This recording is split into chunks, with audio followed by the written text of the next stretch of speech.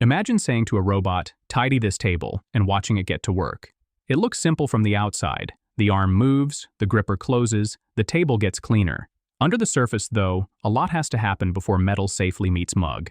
This is about how modern robots actually turn a plain English goal into safe, precise motion. Not through a single magical brain, but through a layered pipeline. One part sees the world. Another part makes a plan. Specialized tools check the plan, and only at the end do fast control loops send exact commands to the motors. That layered approach is the big difference from the popular picture. It isn't a giant neural network directly pushing torque into joints based on vibes. It's a careful handoff from high-level understanding to low-level physics, with guardrails at every stage. Why this matters comes down to trust and usefulness. Robots live in the real world, around people, glassware, cables, and unexpected obstacles. If a plan is even slightly off, a mug shatters or a finger gets pinched.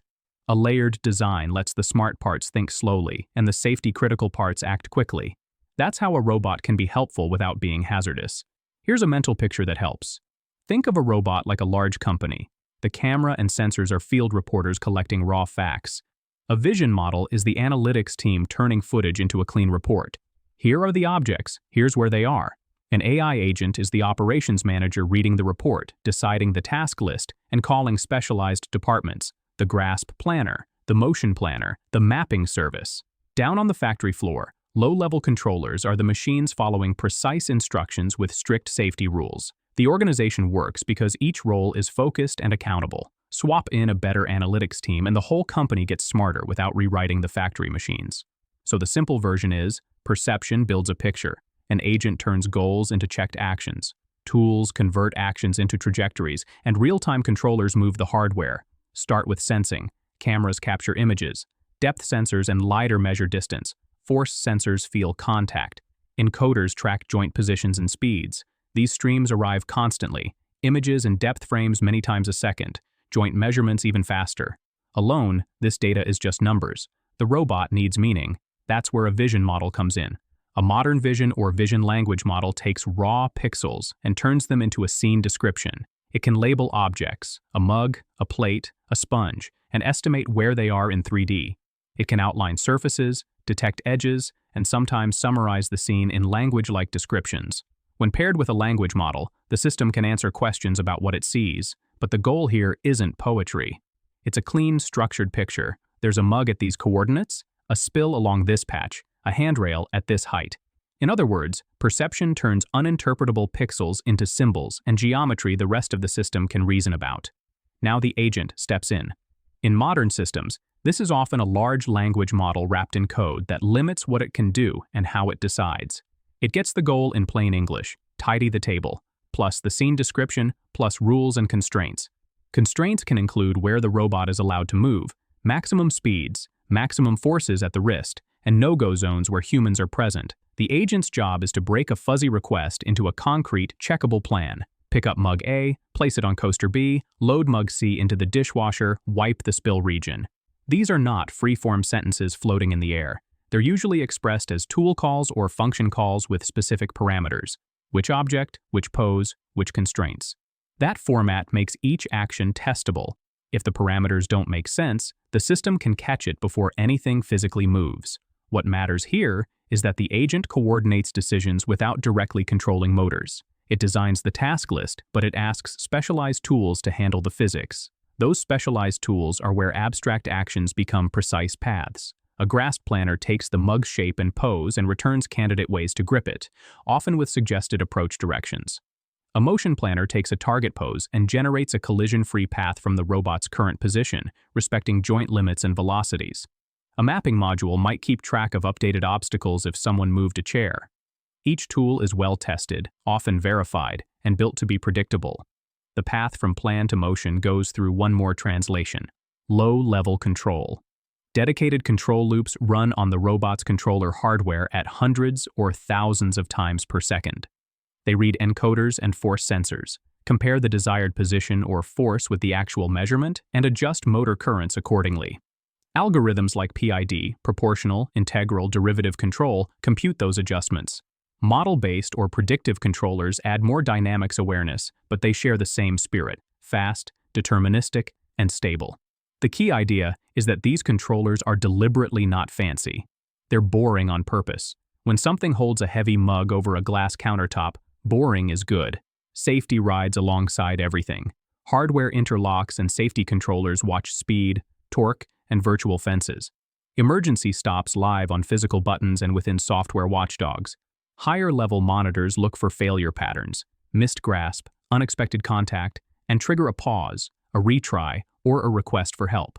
Put differently, the system assumes the world will surprise it, and it builds exits in advance. To see how all of this feels in practice, picture a mobile manipulator in an office kitchen. The instruction is, please clean up the coffee station. On the counter, 3 mugs, a sponge, a small spill. A dishwasher waits a few steps away.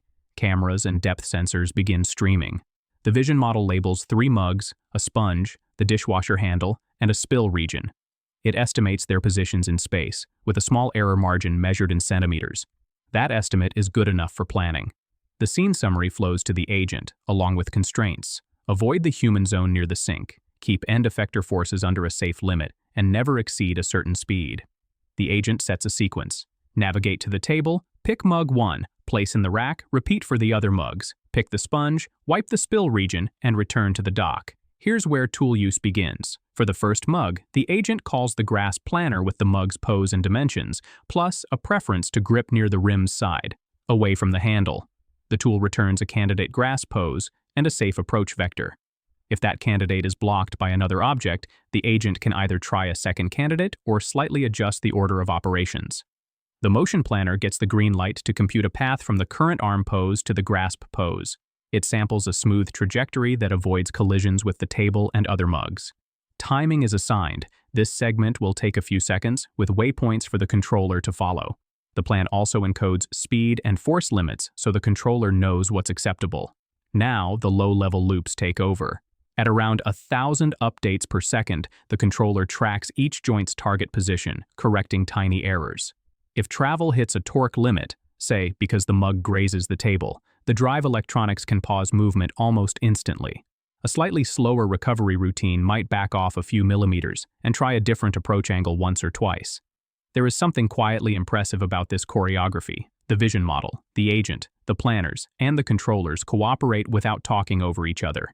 Each does one thing well, and together they create motion that looks almost deliberate. Sometimes it still goes sideways.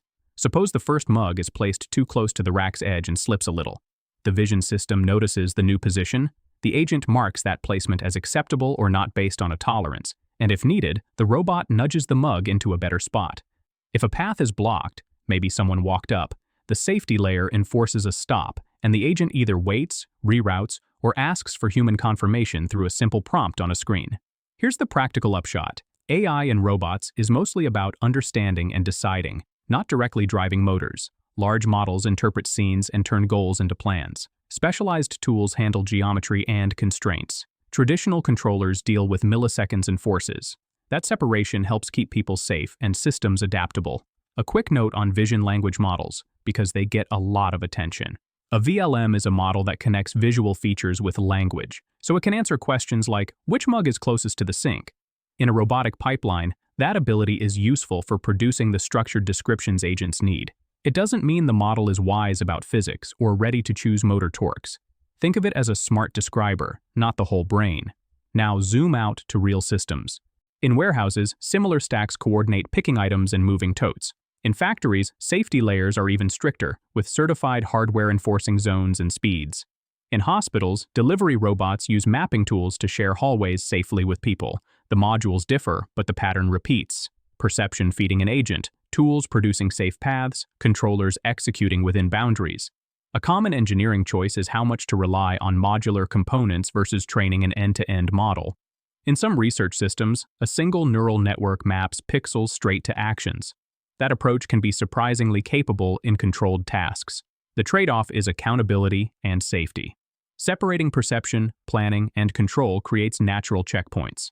Engineers can test a motion planner against edge cases, or verify that force limits hold under stress. An end-to-end model can blur those lines, which makes certification and debugging harder. What makes reliability difficult isn't usually the basic motion. It's gaps in the loop when the world changes unexpectedly. A shiny mug might look like a spill under certain lighting. A slightly flexible sponge might shift the grasp geometry. Small perception errors cascade into bad plans, and a bad plan can hit a controller with an impossible request. The design of the pipeline tries to catch these issues early. Sanity checks on poses, conservative margins in planners, and safe halts if forces spike. Put alongside that, timing matters. Language models and vision models can be large and slow. Real-time controllers are small and fast. That's one reason big AI models rarely sit in the tight feedback loop. They run on a slower tick, make decisions, and then yield to the hard real-time layer that follows through. Consider software integration. Many robots use a middleware framework. One popular example is ROS, the Robot Operating System, to connect sensor streams, planning tools, and controllers. Agents can call into these tools through APIs. That separation lets teams upgrade a vision model without rewriting the motion planner, or swap a gripper without changing the agent's basic logic beyond tool parameters. Modularity becomes an asset when the environment changes or new capabilities are added. There's also a human dimension. Operators need to understand when the robot is confident and when it needs help. A status panel might say, spill region uncertain, confirm, or mug unreachable, skipping. That transparency builds trust and keeps human oversight in the loop. One more moment of appreciation is warranted. Turning a sentence like clean up the coffee station into dozens of low-level torque adjustments is a quiet triumph of coordination. Pixels become world facts become actions, actions become motions that feel smooth and safe. Each layer is limited, but together they create a whole that feels competent. This brings up the question of tool use in physical systems. Giving an agent the power to call tools is powerful, and it's also where risks enter. A mistake in a parameter, mixing up units, mislabeling an object ID, can produce a plan that's unsafe. Systems mitigate this by putting validators in front of tool calls, using typed parameters, and running pre-execution checks in simulation, or with ghost trajectories shown on screen. If anything looks suspicious, the action is blocked. Another practical constraint is force and contact. Many tasks in homes and factories involve pushing, twisting, and feeling for alignment, loading a dishwasher, plugging a cable, wiping a surface. Controllers handle contact by switching from pure position control to force or impedance control, which lets the end effector compliantly follow a surface rather than fighting it. Agents need to know when such modes are appropriate, usually by calling a tool that sets control mode parameters correctly. Now, a quick retrace of the coffee station sequence to cement the mental model. Sensors create a live feed of the world. Perception turns the feed into a labeled 3D scene. The agent turns a human goal into a list of concrete, checkable actions. Tools convert each action into a safe path with grasps and trajectories validated. Low-level control executes those paths, staying within limits. Safety and monitoring watch the whole time, stepping in if anything drifts out of bounds. So the layered pipeline offers two big benefits: transparency and swappability. Transparency means it's clear what each part believes and decides, which helps with debugging and safety. Swappability means better components can slot in as they improve. A new vision model tomorrow, a more capable gripper next month, without rewriting everything. There are limits. Real-world clutter, reflective surfaces, and moving people still create failure modes. Power budgets and heat limits constrain how much AI can run on board. Wireless links drop. And while agents get better at planning, they can still produce logically valid but physically awkward sequences. The industry response is a combination of heavier testing, simulated rehearsals, and tighter safety wrappers that default to pause over push-through. Looking ahead, some boundaries may blur. Co-training perception and control can yield smoother performance in narrow tasks. Vision models are learning to output not just labels, but 3D maps and affordances. What can be grasped? What can be pushed? Motion planners are integrating learned components to handle edge cases faster. Even so, fast, deterministic control loops and hard safety limits remain the bedrock. Moving mass and proximity to humans is unforgiving. If a single idea from all this sticks, let it be that modern robots are teams of specialists. Cameras and depth sensors measure. Vision models interpret. Agents decide and coordinate. Tools turn decisions into paths. Controllers execute with speed and restraint. Safety watches over the whole thing. When someone says a robot is AI-powered, it usually means the perception and agent layers are intelligent, while the final act is old-school control mathematics keeping motion honest. Back to the kitchen for a final pass. The robot placed all reachable mugs in the dishwasher and wiped the spill. One mug near the back corner was partially blocked by a cutting board. The system logged unreachable, avoided risky contortions, and suggested a human assist. That outcome is not flashy, but it is safe and understandable. Over time, improvements to perception and planning might unlock that corner case. Until then, the layered design errs on the side of caution. What does this mean for the next wave of robots in homes and workplaces? Expect more natural instructions. Load the top rack with the blue mugs. Expect clearer explanations when something can't be done. Force limit exceeded, suspect stuck lid. Expect modular upgrades that make yesterday's robot feel smarter tomorrow. And expect that behind any smooth demonstration sits a lot of careful engineering making sure intelligence never outruns safety. That's the essence of how AI really controls robots. Not by raw instinct, but by turning goals into verified steps, and verified steps into reliable motion. The choreography is only getting better. If this helped, a like and subscribe helps make more videos like this.